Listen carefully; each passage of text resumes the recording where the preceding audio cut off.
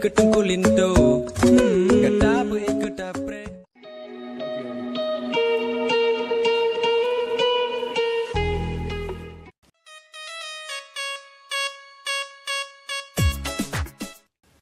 Bro, kantin ya?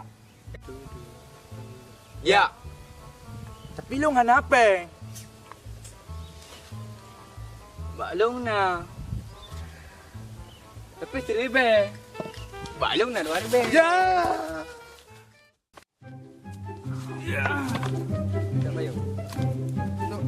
Jangan. Oke, gerak.